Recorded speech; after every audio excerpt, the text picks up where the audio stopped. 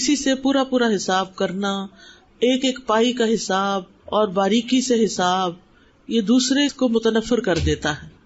مثلاً آپ نے اپنے بچے کو کچھ پیسے دیے یا شوہر نے بیوی کو پیسے دیے اور اسے کہا تم خرچ کرو. جب وہ خرچ کر بیٹھی تو پھر اس سے لسٹیں منگوائے کہ یہ کتنے کا لیا، یہ کتنے کا لیا، اور یہ پیسہ کہاں گیا، یہ کس کو دیا. اور پھر آپ دیکھیں کہ کچھ چیزیں انسان کو یاد ہوتی ہیں، کچھ یاد بھی نہیں ہوتی، اور ہر چیز انسان لکھ بھی نہیں سکتا، ہر عورت نہیں لکھ سکتی. اب جس گھر میں یہ حساب کتاب شروع ہو جائے میاں بیوی کے درمیان، تو آپ سوچیں کہ پھر کیا بنے گا. اسی طرح شوہر بعض اوقات خاموشی سے اپنی والدہ کو کچھ دے دیتا ہے، اپنے بہن بھائیوں کو کچھ دے دیتا ہے، تو پھر وہاں پر کیا مشکل ہو جاتی ہے کہ بیوی شوہر سے حساب لینا شروع کر دے کہ اچھا آپ کہہ رہے تھے کہ میری تنخواہ اتنی ہے تو یہ اتنی تو آپ کے پاس ہے، باقی کہاں. تو اس طرح کی باتیں بھی نہیں کرنی چاہیے، کیونکہ اس سے آپس میں نفرت اور چپکرش پیدا ہو جاتی ہے. سعد بن احمد التجیبی کہتے ہیں، ان کے شعر ہیں، معاملات میں نقصان گوارا کر لو اور زیادہ بال کی کھال نہ اتارا کرو. یہ طرز عمل جدائی کا باعث ہے، یعنی اس سے تعلقات خراب ہوں گے اور آخرکار سپریشن ہو جائے گی. اور اپنے حقوق میں سے کچھ نہ کچھ جانے دیا کرو کہ اعلیٰ ظرف کبھی اپنا حق پورا پورا وصول نہیں کرتا. اور یہ بہت ہی حکمت کی باتیں ہیں کہ جس میں والدین اور اولاد، میاں بیوی، افسر اور ماتحت، ہر تعلق کے اندر کچھ نہ کچھ صرف نظر کرنا چاہیے، تغافل برتنا چاہیے اور اگنور کر دینا چاہیے. اس سے انسان کے تعلقات خوشگوار رہتے ہیں. لیکن اگر انسان بہت زیادہ اسٹریٹ فارورڈ ہو اور یہ کہنا کہ میں تو سچی سچی بات کروں گا اور ہر بات کا پورا پورا جواب اور حساب چاہیے، تو پھر اس سے جو آپس کی محبتیں ہیں وہ ختم ہو کے رہ جاتی ہیں. تو اللہ تعالیٰ سے دعا ہے کہ وہ ہمیں رشتوں کی قدر کرنا سکھائے اور ایک دوسرے کا لحاظ کرنا اور ایک دوسرے کے ساتھ عمدہ سلوک کرنا. بارک اللہ فیکم. میں یہیں پر لیکچر ختم کرنا چاہوں گی. آپ اگر کچھ کہنا چاہیں تو آپ کہہ سکتے. استاذہ جی بہت ہی خوبصورت لیکچر تھا، اور اس میں جو شوہر اور بیوی کے آپس کے جو ریلیشن ہے اس کے بارے میں جو بات کی گئی، اس میں یہ ہے کہ جو 3 چیزوں پہ اسٹریس کیا گیا وہ یہ ہے اللہ کا تقویٰ اختیار کیا جائے، اسی طرح تحفظ دیا جائے، شوہر جو ہے بیوی کو تحفظ دینے والا ہو، یعنی پروٹیکشن دینے والا ہو، انکریج کرنے والا ہو، فار گیونگ ہو. یہ بہت ہی ایک خوبصورت بات ہے کہ اس ریلیشن میں انسان کو بہت سی چیزوں کو اگنور کرنا چاہیے، یعنی کہ چھوٹی چھوٹی چیزوں کا جب ہم حساب لینا شروع کر دیتے ہیں. اور استاذہ جی یہ بہت گھروں میں ایسے ہوتا ہے کہ ایک ایک لسٹیں بنائی جاتی ہیں، اچھا بتاؤ یہ کیا کیا، کہاں خرچ کیا، ایون کہ اگر منتھلی جو ایکسپینڈیچر ہوتا ہے اس کا بھی حساب لیا جاتا ہے. تو یہ چیزیں واقعی انسان کے لیے بڑی ایک جدائی کا باعث بھی ہوتی ہیں، دلوں میں انسان کی ایک دوسرے کے لیے وہ فیلنگ پھر نہیں رہتی. ویسے یہ جو ہے نا کہ شوہر کی جس چیز پہ وہ ناراض ہوتا ہے اس کو پہلے سے ہی یعنی پتا ہو کہ یہ چیز نہیں کرنی. پھر مطلب اکثر یہ ہوتا ہے کہ ہم پھر چھپ کے کر رہے ہیں یا بتا کے نہیں کر رہے یا کوئی اس طرح کی چیزوں پر اس کو ذرا سا بھی پتہ چل جائے تو پھر وہ جو چیزیں ہوتی ہیں نا وہ پھر اعتماد ختم ہو جاتا ہے. بالکل.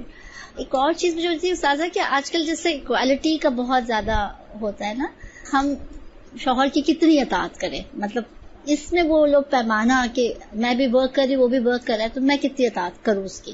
یہ چیز تو اطاعت تو ہر صورت ہے ہی نا، چاہے اس میں کوئی اس کی تو بات نہیں آ رہی ہے. جی شوہر جو ہے اگر ایک گلاب کا پھول بھی لے آتا ہے نا تو وہ بھی عورت کے لیے بڑی خوشی کی مطلب ایسا ایکسپریس بہت سارے مرد نہیں کرتے ہیں نا، لیکن اگر وہ کبھی پھول بھی لے آئے تو اس کو آپ اپریشیٹ کریں. یہ نہیں کہیں کہ صرف یہ کیا لے آئے میرے لیے تحفہ، یہ کوئی تحفہ تھوڑی ہے، کوئی مٹیریل ہوتا ہے، کوئی رنگ ہوتی ہے کچھ، لیکن اگر وہ آپ کے لیے پھول بھی لا رہا ہے نا تو اس کو اپریشیٹ ضرور کرنا چاہیے. السلام علیکم. چھوٹی سی بات ایک پوچھنا چاہوں گی میں کہ ایک تو یہ ہوتا ہے کہ ہم لوگ کی تو خیر ایجز گزر گئی، لیکن آج کل کے بھی سراؤنڈنگ میں بہت لوگوں کو، میں بچیوں کو دیکھتی ہوں کہ بڑی ناراض ہوتی ہیں کہ ہسبینڈ شادی کی ڈیٹ نہیں یاد رکھتے، برتھ ڈے یاد نہیں رکھتے، یہ نہیں ہے وہ نہیں. تو اب مجھے بڑی بےمانی لگتی ہیں یہ چیزیں. ہو سکتا ہے میں اس ایج اسپین کو کراس کر چکی ہوں، شاید ہو سکتا ہے مجھے بھی جوانی میں لگتی ہوں گی، لیکن ان بچیوں کے لیے کچھ پیغام آپ دیں.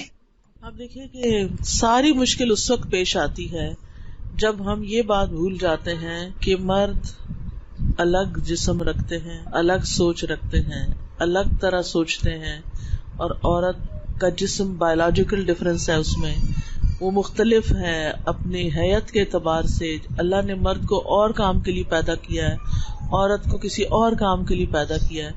اب مشکل یہ ہے نا کہ ہم عورتوں نے مرد بننے کے چکر میں یا مردوں کا مقابلہ کرنے کے چکر میں اپنے اوپر مشکل ڈال لی ہے، اور ہم مردوں والے کام کرنے شروع ہو گئے ہیں تاکہ ہم اپنا لوہا منوا سکیں. تو عورت تو لوہے والی ہوتی نہیں، اس کو تو نرم و نازک ہونا چاہیے.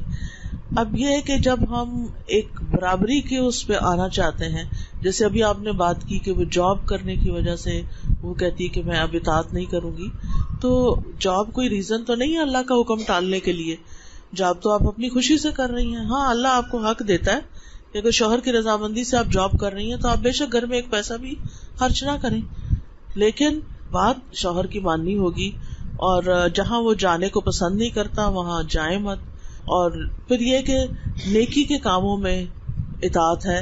اگر شوہر غلط بات کہتا ہے کوئی تو اس کو ماننا ضروری نہیں ہے، لیکن یہ جو بات ہے کہ یہ ایکسپیکٹیشن رکھنا، اصل میں عورتیں جو ہوتی ہیں نا وہ ان کی سوچ کا انداز یہ ہوتا ہے کہ ایک وقت میں وہ کئی چیزیں سوچ سکتی ہیں، multi dimensional, multi tasking, multi dimensional.